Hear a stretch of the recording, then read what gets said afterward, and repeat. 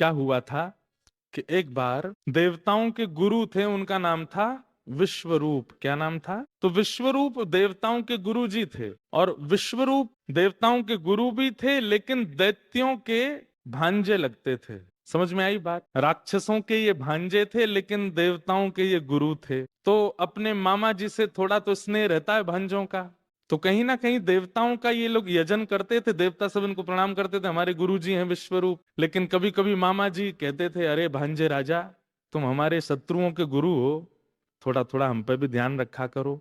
तो विश्वरूप थोड़ा मामाओं के मोह में आ गए। तो कभी कभी यज्ञ जब करते थे तो देवताओं का बल तो बढ़ाते ही थे, लेकिन बीच बीच में दैत्यों का भी बल बढ़ाते थे, हमारे मामा हैं।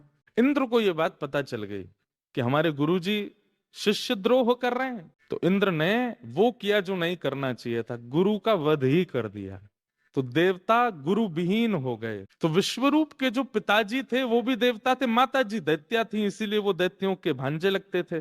तो विश्वरूप के पिताजी, उन्होंने मन में विचार किया कि मेरे पुत्र को मार दिया इंद्र ने, अब मैं यज्ञ से ऐसा पुत्र प्रकट करूंगा जो इंद्र को मारेगा। और उन्होंने यज्ञ से पुत्र प्रकट किया, लेकिन एक श्लोक में गलती होने की वजह से पुत्र को इंद्र को मारने वाला नहीं, इंद्र से मरने वाला पुत्र प्रकट हुआ। उसका नाम था विशाल विकराल स्वरूप। देखते ही देवता घबरा गए, यज्ञ से प्रकट हुआ, दौड़ने लगे, कितने भी अस्त्र शस्त्र छोड़े उसके ऊपर, लेकिन वो सबको नष्ट करने लगा।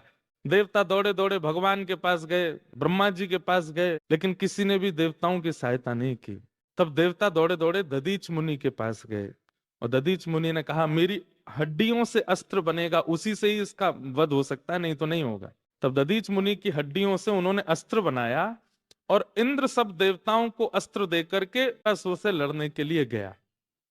वृत्रासुर ने जैसे ही अस्त्रों को देखा, तो अस्त्र देखते ही वृत्रासुर बोला, मेरी मृत्यु निश्चित है, मैं मरूंगा, क्योंकि इन अस्त्रों से मैं बच नहीं पाऊंगा। लेकिन वृत्रासुर कहता है कि मेरी मृत्यु तो होगी, लेकिन इंद्र, मैं ऐसी मृत्यु को प्राप्त करूंगा कि तुम भी तरस जाओगे उस मृत्यु के लिए। इंद्र बोले, कैसे? अस्त्र से मरोगे तो इस मृत्यु के लिए मैं क्यों तरसूंगा? बोले, नहीं, मृत्यु से पहले जो मैं करूंगा उसके लिए तुम तरस जाओगे, क्योंकि तुम नहीं कर पाओगे वो। बोले, क्या करोगे? बोले, मैं ठाकुर जी को प्रसन्न करके प्रकट करूंगा, उनका दर्शन करके अपने प्राण त्यागूंगा। और तब वृत्रासुर ने ये 4 श्लोक गाए। कहां पर? रणभूमि में। उसको पता है कि मैं मरने वाला हूं, मेरी मृत्यु निश्चित है, और उस समय वो भगवान का भजन करता।